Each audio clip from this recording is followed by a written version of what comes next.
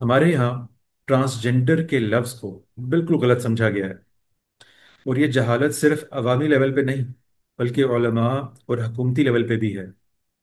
اسی لیے 2018 کے ٹرانسجنڈر ایکٹ میں بھی اس کو ایک نہایت کنفیوزڈ انداز میں استعمال کیا گیا ہے، اور اسی لیے international court of justice ICJ کو اسے ہدف تنقید بنانا پڑا۔ لہٰذا یہ کنفیوژن عوام و خاص سب کو اپنے گھیرے میں لیے ہوئے ہے۔ یہ لفظ گزشتہ کچھ سالوں سے مغرب میں برپا ہونے والے ایک فتنے سے ہمارے یہاں تشریف لایا ہے، اس لیے پہلے اس کو اس کے اپنے اصل ہیبیٹیٹ میں رکھ کر سمجھنے کی ضرورت ہے۔ اس لفظ کو آپ کو سمجھانے سے پہلے میں چاہوں گا کہ آپ لوگ اس لفظ کے تمام اردو ترجمے اپنے ذہن سے نکال لیں، کیونکہ کنفیوژن میں ایک حصہ ان تراجم کا بھی ہے۔ ہمارے ہاں کچھ اصطلاحات پہلے سے رائج تھیں، جیسے خواجہ سرا، ہجڑے، مخنث، خنثی وغیرہ۔ اس لیے ہم اس اصطلاح کو پہلے اپنی اصل زبان میں سمجھتے ہیں، پھر دیکھیں گے کہ ہماری اردو اصطلاحات میں سے کوئی اس سے مناسبت رکھتی بھی ہے کہ نہیں۔ اور پریشان ہونے کی ضرورت نہیں، یہ کوئی راکٹ سائنس نہیں ہے، نہایت سادے تصورات ہیں جو صرف اجنبی ہونے کے باعث مشکل لگتے ہیں۔ میں چند ہی جملوں میں آپ کو سمجھا دیتا ہوں۔ انگریزی زبان میں جینڈر اور سیکس دو مختلف اصطلاحات۔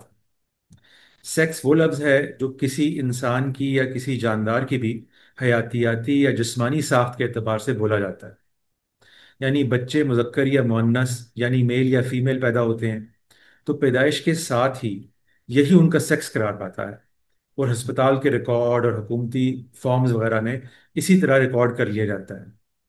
چونکہ اس کا تعلق بس جسمانی ساخت اور صنفی اعضاء سے ہوتا ہے، اس لیے حیاتیاتی اعتبار سے اس کو اس طرح بھی بیان کر دیا جاتا ہے کہ دو ایکس کروموزوم والی عورت ہوتی ہے اور ایک ایکس اور ایک وائی کروموزوم والا مرد ہوتا ہے۔ جن لوگوں نے بایولوجی پڑھی ہے ان کے لیے یہ عام سی حقیقت ہے۔ اس کے برعکس جنڈر کا لفظ اسی حقیقت کو ایک دوسرے زاویے سے بیان کرتا ہے۔ وہ زاویہ عام لوگوں کو شاید تھوڑا سا اجنبی محسوس ہو اور شاید مذاق خیز بھی لگے، مگر سمجھنے کی غرض سے میرے ساتھ رہیے گا۔ وہ زاویہ یہ ہے کہ کوئی شخص جو سیکس کے اعتبار سے بغیر کسی اشتباہ کے مرد ہے، مگر ذہنی طور پہ خود کو عورت سمجھتا ہے، اگر سمجھتا ہے تو گویا اس کا جینڈر عورت ہے، اور اسی طرح اگر ایک عورت خود کو مرد سمجھتی ہے تو اس کا جینڈر مرد ہے۔ تو چونکہ ان کا جینڈر ان کے سیکس کے بالکل مخالف ہے، اس لیے انہیں ٹرانس جینڈر کہا جائے گا، کیونکہ ٹرانس اس سینس میں مخالف کو کہتے ہیں۔ اور عام لوگ جن کا سیکس بھی مرد ہے اور وہ خود کو ذہنی طور پہ بھی مرد ہی سمجھتے ہیں، اور اسی طرح عورتیں، ان کو سس جینڈر کہا جائے گا، جو انسانوں کی غالب اکثریت ہے۔ تو کچھ سال پہلے تک مغرب میں بھی ہماری طرح ہی سیکس اور جینڈر کو ایک ہی چیز سمجھا جاتا تھا، مگر گزشتہ کچھ سالوں میں ہوا یہ کہ وہاں لوگوں نے یہ دعوے کرنا شروع کر دیے کہ سیکس اور جینڈر دراصل دو مختلف چیزیں ہیں، کیونکہ اگرچہ ہمارے اعضاء مکمل طور پہ مردانہ ہیں اور ہمیں بچپن سے مرد ہی کہا گیا ہے، لیکن ہم جب بڑے ہوئے تو ہم نے محسوس کیا کہ ہم عورتوں سے زیادہ مناسبت محسوس کرتے ہیں۔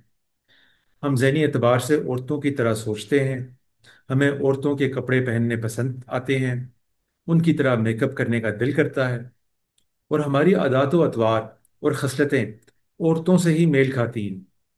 اس لیے چاہے ہم حیاتیاتی اور بایولوجیکل اعتبار سے مکمل مرد کے اعضاء رکھتے ہیں، نہ صرف یہ کہ ہم خود اپنے آپ کو عورت سمجھتے ہیں، بلکہ ہم معاشرے سے بھی مطالبہ کرتے ہیں کہ وہ بھی ہمیں عورت ہی سمجھے۔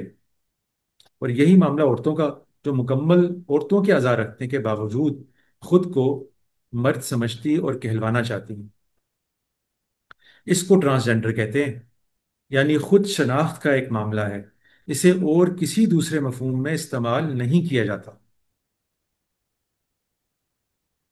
چنانچہ چنگے پلے مرد جن کے اعضاء میں کوئی شک کی گنجائش نہیں، وہ اپنے آپ کو عورت کہتے ہیں، اور معاشرے اور حکومت سے مطالبہ کرتے ہیں کہ ہمیں عورت کی طرح ٹریٹ کیا جائے، یعنی ہم عورتوں کے غسل خانوں میں جائیں گے، ہمیں اگر سزا ملے گی تو ہم عورتوں کے قید خانوں میں قید کیے جائیں گے، ہمیں اگر کسی جگہ کوئی عورتوں کا کوٹا ہے یا کوئی سپورٹس کا معاملہ ہے تو ہمیں عورتوں کے ساتھ شمار کیا جائے گا۔ قطع نظر اس سے کہ ہمارے اعضاء مکمل طور پہ مردوں والے ہیں، ہمیں وہ تمام حقوق چاہیے جو دراصل عورتوں کے حقوق ہیں۔ یہ ہے وہ فتنہ جو مغرب میں اٹھا، اور کئی سال مغرب میں اس کا طوطی بولتا رہا، مگر اب پچھلے کچھ سالوں سے یہ وہاں اپنی موت کی طرف بڑھ رہا ہے، کیونکہ معاشرے سے ایک فطری ری ایکشن آیا، اور اب اس سارے معاملے کو وہاں لپیٹا جا رہا ہے۔ مگر ہمارے یہاں ہمیشہ مغربی فتنے دیر سے لینڈ کرتے ہیں، اس لیے دیر سے ان کا عروج سٹارٹ ہوتا ہے، اور پھر دیر سے ان کی موت بھی واقع ہوتی ہے۔ تو یہ صرف ٹائم لیپس کا معاملہ ہے، ورنہ ہونا اس کے ساتھ یہاں بھی وہی ہے جو وہاں آج کل شروع ہو گیا ہے۔ لیکن یہاں ہوا کیا؟ المیہ یہ ہوا کہ ہمارے ہاں لوگوں کے پاس اتنا وقت ہی نہیں کہ وہ مغرب سے آنے والے کسی فتنے کو پہلے پڑھ کے سمجھ تو لیں۔ وہ کوئی لفظ کسی خاص معنی میں استعمال کرنا شروع کر دیتے ہیں، اور کہتے ہیں کہ چلو بغیر تحقیق کے اس پر قانون سازی بھی کیے دیتے ہیں۔ تو ہوا یہ کہ ہمارے ہاں عوامی سطح پر جو ایک فہم اور رویہ ہجڑوں کے متعلق تھا، اور ایسے لوگوں کے متعلق جن کے اعضاء ملے جلے ہوتے ہیں، یا پیدائشی طور پہ ان پہ کوئی ابہام ہوتا ہے، اور اس باعث ان میں مردوں اور عورتوں دونوں کسی کسی قدر خصلتیں پائی جاتی ہیں، ہم نے سمجھا کہ یہ بھی اسی قبیل کی کوئی چیز ہے، جبکہ ایسا بالکل نہیں تھا۔ ہجڑوں اور اس طرح کے دوسرے جسمانی ابہامات رکھنے والے لوگوں کے لیے لفظ انٹرسیکس استعمال کیا جاتا ہے، نہ کہ ٹرانسجینڈر۔ اور انٹرسیکس کے متعلق تو رحم دلانہ رویہ اختیار کرنا بڑی حد تک ایک فطری مطالبہ ہے، جسے ممکنہ حد تک مشرق و مغرب بلکہ اسلام میں بھی ہمیشہ پیش نظر رکھا گیا۔ چنانچہ ٹرانسجینڈر موومنٹ نے اسی احساس اور رویے کو بھی ایکسپلائٹ کرنے کی کوشش کی ہے، جو نرم دل لوگوں نے نادانی میں یا ابہام میں انہیں مہیا کر دیا۔ بس یہ بالکل ایک غلط فہمی ہے، یعنی یہ حیرت انگیز بات ہے کہ ہم ایک لفظ کو استعمال کرنا چاہتے ہیں، اور پھر اس پر قانون سازی بھی کرنا چاہتے ہیں، اور یہ جاننے کی زحمت ہی نہیں کرتے کہ اس لفظ سے مراد کیا ہے۔ میں نے پچھلے کچھ عرصے میں کچھ ویڈیوز دیکھی جو علماء یا مصلحین کی جانب سے بنائی گئیں، جس میں ان سے پوچھا گیا کہ ٹرانسجنڈر رائٹس کے بارے میں اسلام کیا کہتا ہے، تو انہوں نے جھٹ سے جواب دیا کہ ٹرانسجنڈر کو اسلام بہت سارے رائٹس دیتا ہے، کیونکہ ان کے ذہن میں دراصل اس سے مراد انٹرسیکس لوگ تھے۔